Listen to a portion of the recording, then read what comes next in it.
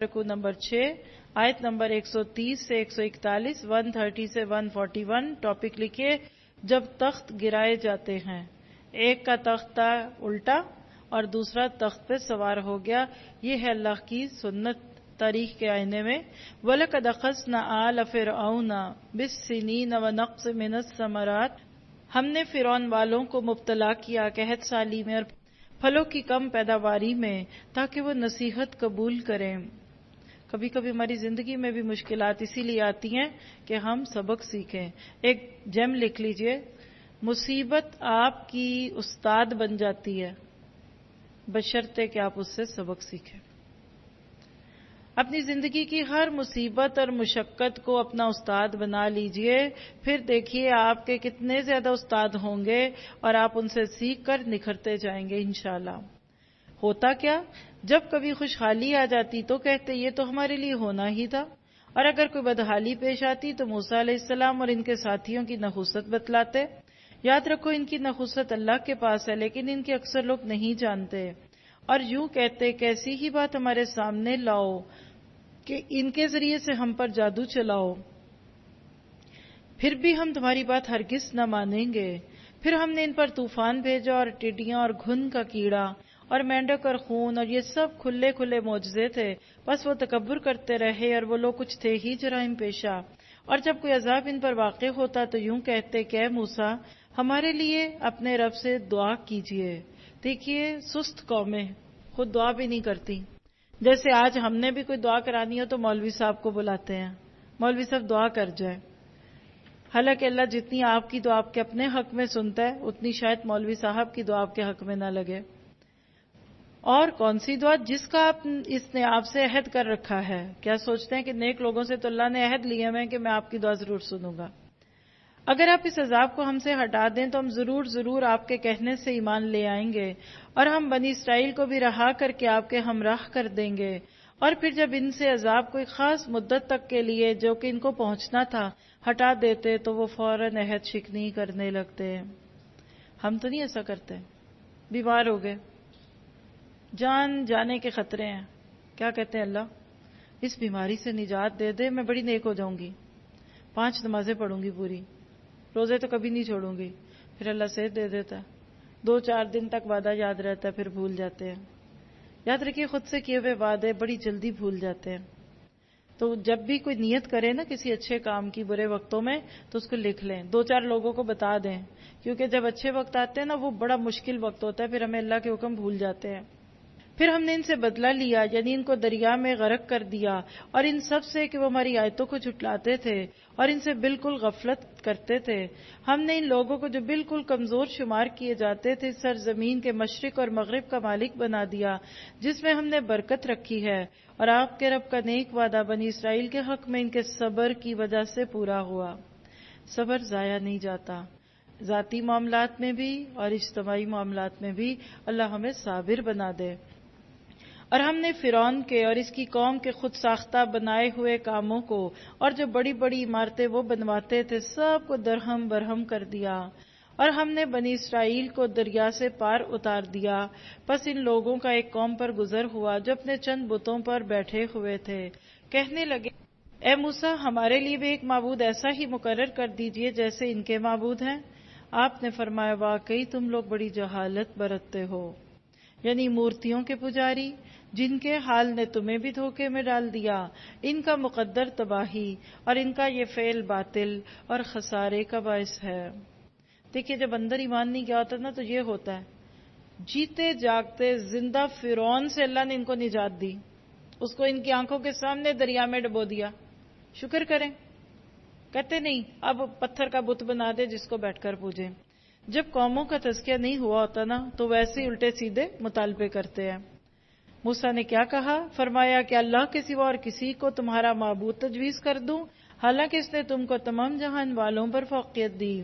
اور وہ وقت یاد کرو جب کہ ہم نے تم کو فرعون والوں سے بچا لیا جو تم کو بڑی سخت تکلیفیں پہنچاتے تھے، تمہارے بیٹوں کو قتل کر ڈالتے اور تمہاری عورتوں کو زندہ چھوڑ دیتے تھے، اور اس میں تمہارے پروردگار کی طرف سے بڑی بھاری آزمائش تھی.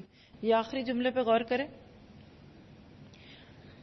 ظلم تو فرعون کر رہا تھا، بیٹوں کو مرواتا تاکہ ان کی نسل کٹے، بیٹیوں کو کس زندہ چھوڑتا تھا؟ غیرت ابھارنے کے لیے، ان سے فائدے اٹھانے کے لیے. لیکن اللہ کہہ رہے ہیں کہ یہ آزمائش میری طرف سے تھی. یہ کیا سمجھ آئی بات یہ سمجھ آئی، اللہ جب کسی قوم سے ناراض ہوتا ہے، ان سے غصہ کرتا ہے، تو ان پہ برے لوگوں کو حکمران بنا دیتا ہے. برے حکمران ہمارے اعمال کی بدلی ہوئی شکل ہوتے ہیں. لکھ لیجئے، اعمالکم اعمالکم. قوم اچھی ہوگی، اچھے لوگ سامنے آئیں گے، قوم بری ہوگی، برے لوگ سامنے آئیں گے. تو ہم نے اس حصے میں کیا سیکھا؟ آیت 131 میں ایک لفظ آیا تھا حسنہ. ان کو حسنہ کیا پہنچتی تھی؟ غلہ اور پھلوں کی فراوانی. اور سیئہ کیا لفظ آیا؟ اس سے مراد کیا تھا؟ قحط سالی اور پیداوار میں کمی. کرتے کیا تھے؟ بھلائی کا سارا کریڈٹ خود لیتے تھے. ہاں یہ ہماری محنت ہے، ہم بھی تو اتنا کام کرتے ہیں اور ہماری پلاننگز ہیں. اور جب کبھی کوئی بدحالی آتی، کوئی مس مینجمنٹ ہوتی، تو کہتے یہ موسیٰ کی اور ان کے ساتھیوں کی ساری وجہ ہے، اور نعوذ باللہ ان کی نحوست کے اثرات ہم پہ پڑے ہیں. خود سے پوچھئے، جب میرے اوپر کوئی مشکل آتی ہے تو میں اس کا قصوروار خود کو ٹھہراتی ہوں کہ دوسروں کو؟ چھوٹی سی بات سمجھا دوں. بات تو یہ ہے فرعون کی اور موسیٰ کی دور کی. اور یاد رکھیے کہ فرعون جو تھا نا، یہ سیاسی فساد کا سمبل ہے ادھر. اور جہاں نبی صلی اللہ علیہ وسلم اور موسیٰ میں یہ مماثلتیں دکھائی جا رہی ہیں کہ جیسے موسیٰ کے سامنے جو قوم تھی وہ بڑی سٹبن تھی، ضدی تھی، ہٹ دھرم تھی، اسی طرح اللہ کے نبی صلی اللہ علیہ وسلم کے ساتھ بھی تھے. نبی صلی اللہ علیہ وسلم کو بھی اللہ نے 2 مقاصد کے لیے بھیجا تھا اور موسیٰ علیہ السلام کو بھی بھیجا تھا. موسیٰ علیہ السلام اکیلے تھے، ان کے پاس کوئی بہت بڑی فوج نہیں تھی، لیکن اللہ تعالیٰ نے فرعون کو ڈبو دیا اور فوج کی ضرورت نہ پڑی. اب سوال پیدا ہوتا ہے کہ جو بات ادھر میرے آپ کے سمجھنے کی ہے وہ کیا ہے؟ جب کبھی آپ پہ کوئی تکلیف آئے، مثلا بات تو جوک کی ہے، ہنسیے گا نہیں تو سنا دیتی ہوں. بیگم اپنے ہسبینڈ سے کہتی ہیں یہ آٹا کہاں سے لائے تھے آپ؟ کہتا کیا ہو گیا بیگم؟ کہتی ساری روٹیاں جل گئیں. کچھ لوگوں کا یہ ایٹیچیوڈ ہوتا ہے. الزام تراشی کی حد. خود سے سوال کیجئے، جب میری زندگی میں کوئی حادثہ آتا ہے، چوٹ لگتی ہے، خود کو قصوروار سمجھتی ہوں یا دوسروں کو؟ مثلا راہ چلتے ہوئے کرسی سے پاؤں ٹکرا گیا، کچھ لوگ کہیں گے کرسی تو رکھی کیوں تھی؟ آپ کو جواب دینا آتا ہے لیکن آپ دیتے نہیں، دل میں آپ کا کہتے ہیں آپ کی آنکھیں نہیں ہیں، ذرا کرسی سے ہٹ کے چلتے. زندگی میں اپنے صدموں کو سہنا سیکھیے. سب سے بڑی چیز جو میں نے اپنی پوری زندگی میں دیکھی ہے، اللہ خیر کس کو دیتا ہے؟ اللہ نعمتوں کی بارش کس پہ کرتا ہے؟ اللہ دل کا سکون اور مشکلات میں بھی دل کو جماتا کس کے ہے؟ جو اللہ کے فیصلوں کو دل کی خوشی سے قبول کرتا ہے. یہی تھا میرے نصیب میں، آج کے بعد گلہ نہیں کروں گی. یہی ہونا تھا، آج کے بعد بڑا دعویٰ نہیں کروں گی.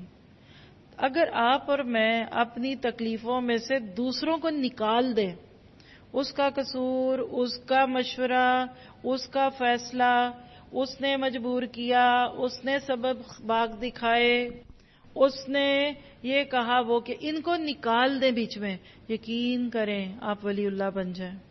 پھر صرف آپ ہوں گے اور آپ کا رب ہوگا. انما اشکو بثی وحزنی الی اللہ، یعقوب علیہ السلام کی طرح. فصبر جمیل واللہ المستعان ولا ما تصفون، حضرت یعقوب کی طرح. یہ سیکھیے. آپ اور میں اس دنیا میں ضرور آزمائے جائیں گے. وَلَنَبْلُوَنَّكُمْ بِشَيْءٍ مِّنَ الْخَوْفِ وَالْجُوعِ وَنَقْصٍ مِّنَ الْأَمْوَالِ وَالْأَنفُسِ وَبَشِّرِ الصَّابِرِينَ. مسئلہ کیا ہے؟ جب سر پہ پڑتی ہے تو صبر بھول جاتا ہے. ایک بات یاد رکھیے، ایک چیز آپ نے یاد کی ہوئی آپ کے اندر ہے وہ نہیں بھولتی، اور ایک ہے وہ جو کاغذ پہ لکھ کے لے جاتے ہیں. پیپر پہ لکھا یہ بولنا ہے، یہ بولنا ہے، یہ بولنا ہے، یہ بولنا ہے. آ کر دیکھا پیپر گھر رہ گیا، سارا بھول گئے. ہائے کیا کہنا تھا. کچھ لوگ دوسروں کی بولی ہوئی باتیں جا کر سناتے ہیں.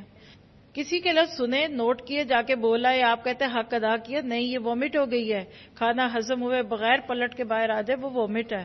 کریں کیا؟ اس کو کھائیں، ہضم کریں، پھر اپنے عمل پہ لائیں، پھر محاسبہ کریں، پھر اپنا تزکیہ کریں. جب وہ علم جو استاد سے لیا آپ کے جسم کا، آپ کے وجود کا حصہ بن جائے، جائیے ساری دنیا کو ڈیلیور کریں. آپ اپنے استادوں سے بھی اچھا دیں گے انشاءاللہ.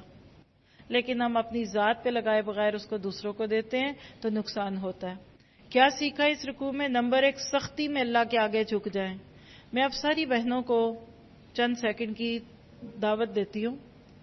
آپ کی زندگی میں کوئی صدمہ، کوئی چوٹ تو آئی ہوگی نا. کوئی ہے ایسا جو کہہ دے کوئی نہیں آئی؟ الحمدللہ میں کہہ سکتی ہوں مجھے نہیں کبھی زندگی میں محسوس ہوا. آئی ہوگی تو ہوش ہی کوئی نہیں. اللہ نے ایسا پیارا پہاڑ رکھ دیا کہ یاد ہی نہیں، تکلیف ہے ہی نہیں، کیونکہ اللہ کی رضا پہ راضی ہیں آپ. لیکن اگر کبھی آئی، اس کو سوچئے. اس وقت آتی ہیں، سب کو آتی ہیں، اللہ نے خود کہہ دیا. اور اس کے بعد کہیے اللہ مجھے اپنی بے بسی سمجھ آ گئی، میں مجبور ہوں، میں تیرے در کی بھکاری ہوں، تو مجھے معاف کر دے. اپنے آپ کو تھوڑا سا گلائیں. چولہے پہ آگ پہ گوشت کو رکھتے ہیں نا تو گوشت گلتا ہے، پھر نرم ہوتا ہے. اور کچھ چیزیں ایسی ہیں جس کو جتنا پکائیں اتنا سخت ہوتی ہیں. دل کی بوٹی کم پکائیں گے نرم رہے گی، زیادہ پکائیں گے سخت ہوگا. گردے کی بوٹی زیادہ پکائیں گے سخت ہو جاتی ہے. کچھ لوگوں کے دل تکلیفوں میں اور سخت ہوتے ہیں. یاد رکھیے، کہتے میں اللہ کو معاف نہیں کروں گی، نعوذ باللہ، انا للہ و انا الیہ راجعون. میں نے اللہ کا کیا بگاڑا، میں تو اتنی معصوم تھی، میں نے تو کبھی گناہ کیا ہی نہیں. مجھے کسی ایک سسٹر کے لفظ نہیں بھولتے. اب میں نے بات کی نا تو یاد آ گئے ہیں. جوانی میں بیوگی ہو گئی، اللہ کا حکم تھا، 2 بچے بھی تھے، اللہ کا حکم تھا. جب وہ وقت پڑا تو ہوش کھو گئی. کہتی میں نے اللہ کا کیا بگاڑا ہے، میں نے تو آج تک کبھی کوئی چیونٹی کو بھی نہیں مارا، تو اللہ نے مجھے اتنی بڑی تکلیف کیوں دی ہے. یہ نہیں کرنا. اللہ کو بڑے برے لگتے ہیں وہ بول جو دکھ و تکلیفوں میں اللہ سے ناراضگی کے نکلتے ہیں. آپ کی میری اوقات ہی نہیں ہے. اللہ تعالیٰ آپ کو مجھے جھکا دے. پھر اس سے اپوزٹ بات بھی سیکھیے اسی رکوع میں، اچھے وقتوں میں اکڑنا نہیں ہے کہ ہم جیسا کوئی ہو تو سامنے تو آئے. وہ ایک شعر بھی ہے نا مولانا ظفر کا کہ اے ظفر اس کو آدمی نہ کہیے جس کو رنج میں خدا یاد نہ رہے اور خوشی میں نہ یاد رہے. آج ہمارا حال ہے خوشیوں پہ ہم کہتے ہیں اللہ تعالیٰ بعد میں بات کریں گے، اس وقت ٹائم نہیں ہے. عموماً ہماری خوشیاں اکڑ والی نہیں، کپڑے بھی اکڑ والے، چال بھی اکڑ والی، جوتے بھی ہیل والے، سر پہ جوڑے بھی بنے ہوئے تو اس میں بھی اکڑ ہے. کیوں؟ ہم کہتے ہیں ابھی اس وقت اللہ کی ضرورت نہیں رہی، سب کام ٹھیک ہو رہے ہیں، وہ اس وقت جاؤں گی جب کوئی گڑبڑ ہوگی. نہیں، یہ 2 آتے اپنے اندر سے آج نکال دیجئے. خوشی میں اللہ کے نبی کا سر کہاں جھکا ہوا تھا فتح مکہ کے موقع پہ؟ کچھ جاوے کے ساتھ آپ کی داڑھی مبارک لگ رہی تھی ایسے. جنگوں میں فتح ہوتی تو سب سے پیچھے آپ ہوتے اور سارا قافلہ پہلے شہر میں آتا، لوگ خوشخبریاں اور مبارکیں ان کو دے چکے ہوتے، اور اگر کوئی گڑبڑ ہوتی تو سب سے پہلے آپ آگے ہوتے. اللہ ہمیں ایسے لیڈرز بنا دے. پھر عہد سے نہیں پھرنا، کفر والوں سے متاثر ہو کر ان جیسے کام نہیں کرنے. اور بڑی پیاری بات سیکھی ہے، یہ نمبر 5 کو تعویذ بنا کر اپنے گلے میں لٹکا لیں اگر بڑا شوق ہے تو. یہ ایسے ہی کہہ رہی ہوں. یاد رکھیے اس بات کو، اللہ کسی وقت بھی میرے حالات بدل سکتا ہے، اس کا یقین رکھیے. یہ ہے بندہ مومن کی خوبی. بڑی پیاری مجھے حدیث لگتی ہے اور میں نے ہر سال ہی اس کو شاید کہیں نہ کہیں کوٹ کیا ہے. بہترین عبادت کیا ہے؟ انتظار الفرج، اچھے دنوں کا انتظار کرنا بہترین عبادت ہے. مثلا بیمار ہے، کیا حال ہے بھائی؟ ٹھیک ہوں. بہن کیا حال ہے؟ نہیں ٹھیک ہو رہی ہوں، پہلے سے بہتر ہوں، بس اب میں نے ٹھیک ہو جانا ہے. یہ کیفیت. اور سناؤ پھر کاروبار کیسا میاں کا؟ اچھا ہو رہا ہے، بہت اچھا ہو جائے گا. پپڑیوں کو ہونٹ کی پانی سے چھپاتے ہوئے کہتے ہیں بہت اچھا کھا کے بیٹھے ہیں. یہ بنی ہے. مستقل نماز روزہ آپ میں نہیں کر سکتے، لیکن مستقل امید کی حالت میں تو رہ سکتے ہیں. لا تقنطوا من رحمت اللہ. پھر اگلی بات، کامیابی تک پہنچنے کے لیے صبر سے انتظار کیجیے. یہاں ایک جم دوں گی اس پارے کا، صبر تو صبر سے ہی آئے گا. کامیابی تک پہنچنے کے لیے صبر کی سیڑھیاں لازمی ہیں. ہم کہتے ہیں God give me patience but soon نہیں آئے گا. صبر کے لیے صبر کرنا پڑتا ہے. اللہ ہمیں ٹھہراؤ دے دے. آگے چلیے رکوع نمبر 7 142 سے 147. انوکھی ملاقات. ایسی ملاقات کبھی کسی کی کسی سے نہ ہوئی ہوگی. ایک خاکی ذرہ کائنات کے مالک سے ملنے کی خواہش کرتا ہے. سمجھ گئے ہوں گے موسیٰ کی ملاقات رب سے.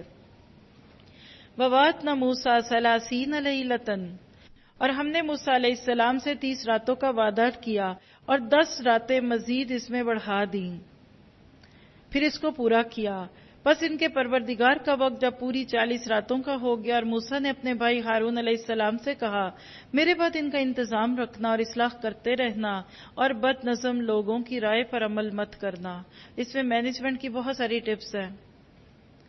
کام کسی کو دیجئے تو پوچھئے، اور اگر کہیں خدا نخواستہ کسی ذمہ داری کو نبھا نہیں رہے تو اپنا آلٹرنیٹ تیار کیجئے، اور آلٹرنیٹ تیار کرتے وقت پوری ٹریننگ دیجئے. بد نظمی سے بچیے. صرف اس ایک آیت میں سے 5 نقطے نکلے ہیں، آگے بھی بہت سے آئیں گے. کیا ہوا؟ اور جب موسیٰ علیہ السلام ہمارے وقت پر آئے اور ان کے رب نے ان سے باتیں کی تو عرض کیا ہے میرے پروردگار اپنا دیدار مجھ کو کرا دیجئے. ربی ارینی انظر الیک. موسیٰ کا یہ مطالبہ کیا حد سے گزرا ہوا تھا؟ کیوں؟ یہی جملہ بولا تھا ان 70 سرداروں میں جن کا ذکر پہلے پارے میں پڑھ کر آئے، اور یہی جملہ موسیٰ کی زبان سے ہے، کیونکہ محبوب کو دیکھنے کی طلب تو ہوتی ہے، محبت تو ہے کہ اللہ کو دیکھنا ہے. جواب سن لیجئے. ارشاد ہوا تم مجھ کو ہرگز نہیں دیکھ سکتے. لن ترانی، لیکن تم اس پہاڑ کی طرف دیکھتے رہو. وہ اگر اپنی جگہ پر برقرار رہا اور تم بھی پھر مجھ کو دیکھ لو گے. بس جب ان کے رب نے پہاڑ پر تجلی فرمائی تو تجلی نے اس کے پرخچے اڑا دیے، یعنی پہاڑ ریزہ ریزہ ہو گیا. وَخَرَّ مُوسَىٰ صَاعِقًا، اور موسیٰ بے ہوش ہو کر گر پڑے. پھر جب ہوش میں آئے تو عرض کیا بے شک آپ کی ذات پاک ہے، میں آپ کی جناب میں توبہ کرتا ہوں، میں سب سے پہلے آپ پر ایمان لانے والوں میں ہوں. ارشاد ہوا موسیٰ میں نے پیغمبری اور اپنی ہم کلامی سے اور لوگوں پر تم کو ممتاز کر دیا، تو جو کچھ تم کو عطا کیا ہے اس کو لو اور شکر کرو. اور ہم نے چند تختیوں پر ہر قسم کی نصیحت اور ہر چیز کی تفصیل ان کو لکھ کر دی. تم ان کو پوری طاقت سے پکڑ لو اور اپنی قوم کو حکم دو کہ ان کے اچھے اچھے احکام پر عمل کریں. اب بہت جلد تم لوگوں کو ان بات نہ ماننے والوں کا مقام دکھلاتا ہوں. میں ایسے لوگوں کو اپنے احکامات سے دور ہی رکھوں گا جو دنیا میں تکبر کرتے ہیں. اور یہ وہ لوگ ہیں جنہوں نے ہماری آیات کو اور قیامت کو پیش آنے کو جھٹلایا. ان کے سب کام غارت ہو گئے اور ان کو وہی سزا دی جائے گی جو کچھ یہ کرتے تھے. کیا پتہ چلا؟ ایک عجیب سا مطالبہ تھا. ادھر موسیٰ علیہ السلام نے اللہ تعالیٰ کو دیکھنے کا مطالبہ کیا. علامہ اقبال اس پہ کہتے ہیں کہ صدائے لن ترانی سن کے چپ ہوں میں.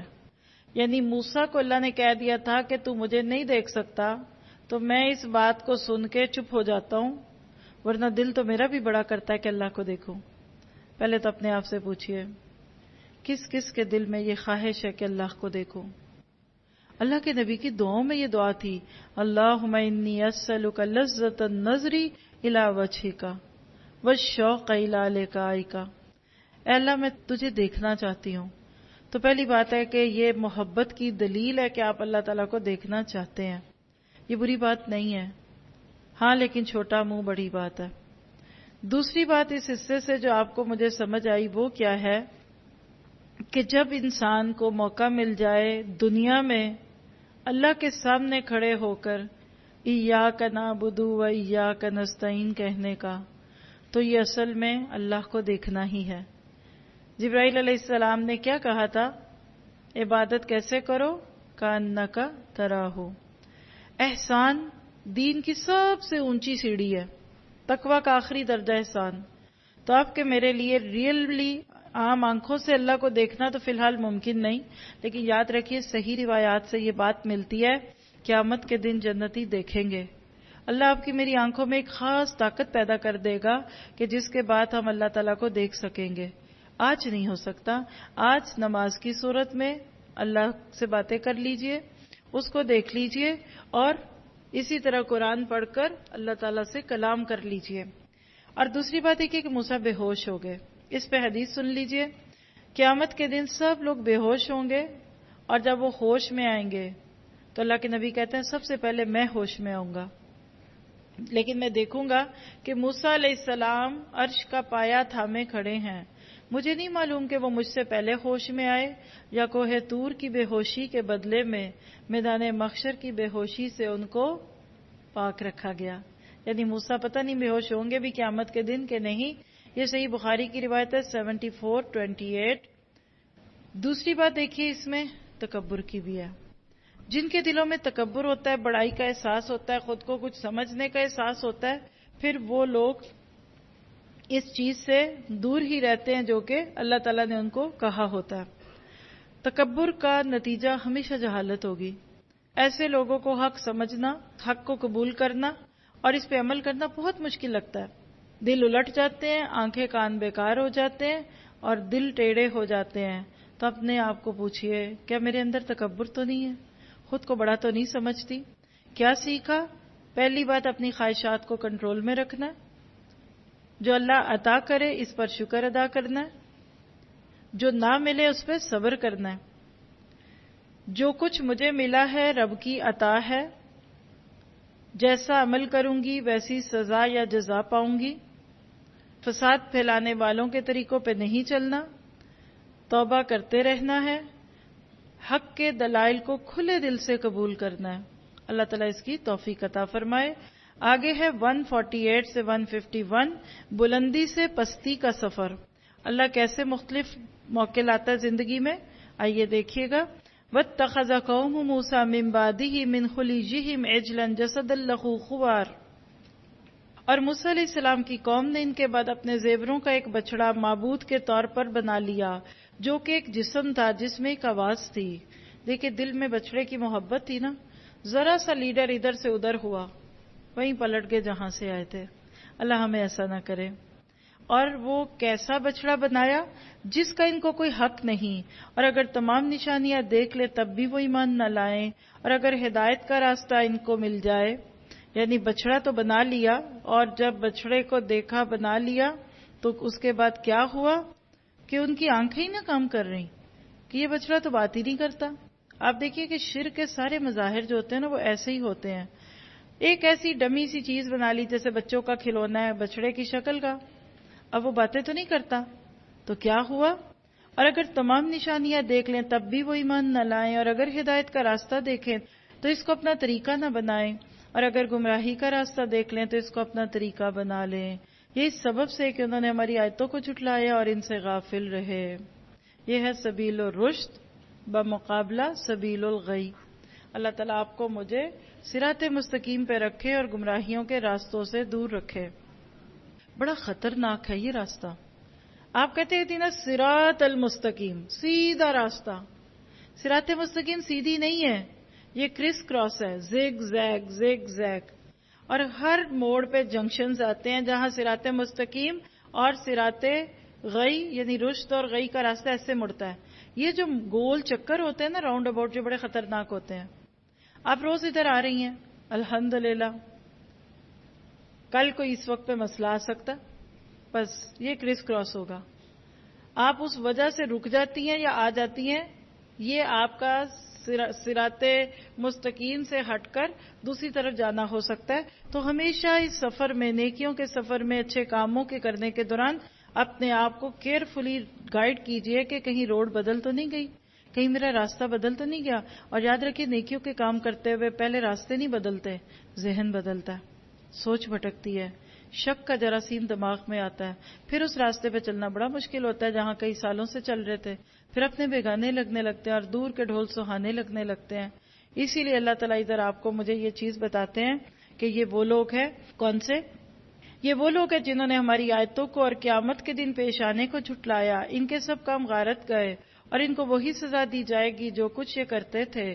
اور موسیٰ علیہ السلام کی قوم نے ان کے بعد اپنے زیوروں کا ایک بچڑا معبود ٹھہرا لیا جو ایک قالب تھا جس میں ایک آواز تھی. کیا انہوں نے یہ نہ دیکھا کہ وہ ان سے بات نہیں کرتا اور نہ کوئی راہ بتلاتا تھا؟ پتہ کیا چلا کہ معبود کا کام ہے لوگوں کو راہ دکھائے. اس کو انہوں نے معبود قرار دیا. یہ تو بڑی بے انصافی کا کام ہے. اور جب یہ شرمندہ ہوئے اور معلوم ہوا کہ واقعی وہ لوگ گمراہی میں پڑ گئے تو کہنے لگے اگر ہمارا رب ہم پر رحم نہ کرے اور ہمارا گناہ معاف نہ کرے تو ہم تو بالکل گئے گزرے ہو جائیں. اور جب موسیٰ علیہ السلام اپنی قوم کی طرف واپس آئے، کہاں سے آئے؟ اللہ سے ملاقات کر کے آئے، نیکی کا کام کر کے آئے۔ آپ میں سے بھی کچھ لوگوں کا یہ حال ہو سکتا ہے، جب یہاں سے گھر جائیں اور بچوں نے گند ڈالا ہو اور بچوں نے چیزیں توڑی پھوڑی ہوں تو کیا ہوگا؟ موسیٰ علیہ السلام کے پیچھے قوم نے بچڑا بنا لیا۔ دیکھ کر موسیٰ کا کیا حال ہوا ذرا سوچئے۔ واپس آئے غصے اور رنج میں بھرے ہوئے تو فرمایا کہ تم نے میرے بعد جو بڑی بری جانشینی کی، کیا اپنے رب کے حکم سے پہلے ہی تم نے جلد بازی کر لی اور جلدی سے تختیاں ایک طرف رکھی اور اپنے بھائی کا سر پکڑ کر اس کو اپنی طرف گھسیٹنے لگے۔ ہارون علیہ السلام نے کہا ہے میری ماں کے بیٹے، میرے ماں جائے، ان لوگوں نے مجھ کو بے حقیقت سمجھا اور قریب تھا کہ مجھ کو قتل کر ڈالتے، پس تو مجھ پر دشمنوں کو مت ہنسنے دے اور مجھ کو ان ظالموں کے ضمن میں شمار نہ کرو۔ کیا پتا چلا کہ جب بھائی بھائی سے لڑتا ہے تو دشمن خوش ہوتے ہیں، اس سے بچنا ہے۔ دعا یاد کر لیجئے، اللہم انی اعوذ بک من جہد البلائی ودرک الشقائی وسوء القضائی وشماتۃ الاعدائی۔ 4 چیزیں ہیں اس میں پناہ مانگی جانے والی۔ اے اللہ میں تیری پناہ میں آتی ہوں کہ مجھ پہ بلائیں اتریں، مجھے بدبختی پہنچے، میرے اوپر کوئی برا فیصلہ لاگو ہو اور میرے دشمن خوش ہوں۔ اللہ کرے کہ ہم بھی ان دعاؤں کو یاد کر سکیں۔ موسیٰ علیہ السلام نے کہا میرے رب میری خطا معاف فرما اور میرے بھائی کی بھی، اور ہم دونوں کو اپنی رحمت میں داخل فرما۔ یہاں نوٹ کیجئے، جب دل میں مسلم ہوڈ ہوتا ہے نا، وقتی غصہ آیا موسیٰ کو بھائی پہ، لیکن ٹھہرا نہیں، صرف اپنے لیے دعا نہیں کر رہے بلکہ اپنے بھائی کے لیے بھی کہہ رہے ہیں کہ اللہ اس کو بھی اپنی رحمت میں داخل فرما، اور تو سب رحم کرنے والوں میں سب سے زیادہ رحم کرنے والا ہے۔ دعا دہرا لیجئے، ہر اس مسلمان بھائی اور بہن کو تصور میں لائیے جس سے آپ ناراض ہیں، جس سے آپ کو دکھ پہنچا اور جس نے آپ کے بقول آپ پر زیادتی کی، اب وہ مالی معاملوں میں کی، جائیدادوں میں کی، رشتے ناتوں میں کی، یہ سوچ کر اس دعا کو مانگ لیجئے۔ میرے ساتھ ساتھ آپ بھی بولیے، رب اغفر لی ولی اخی وادخلنا فی رحمتک وانت ارحم الراحمین۔ اور دل سے بھی معاف کر دیجیے، آپ کے ہم نے تو صرف دعا پڑھنے کے لیے کہا تھا، سب کو معاف کر دیں، اللہ ان کے بھی دلوں میں ڈالے گا، وہ بھی آپ کو معاف کر دیں گے۔ مت سوچئے کہ صرف آپ کو گلا ہے کسی پہ، دوسرے کو بھی آپ کے اوپر اتنا ہی گلا ہوتا ہے جتنا عموماً آپ کو اس کے اوپر ہوتا ہے۔ کیا سیکھا؟ پہلی بات ہے خواہش نفس کی پیروی نہیں کرنی، لیڈر کی بات ماننی ہے، توبہ کرنی ہے اور دعائیں کرنی ہے، اپنے لیے اور گھر والوں کے لیے رحمت طلب کرنی ہے، اپنی غلطیوں پر استغفار کرتے رہنا ہے، اللہ کے رحیم ہونے کا یقین رکھنا ہے، اور اللہ تعالیٰ اس یقین میں پختگی کر دے۔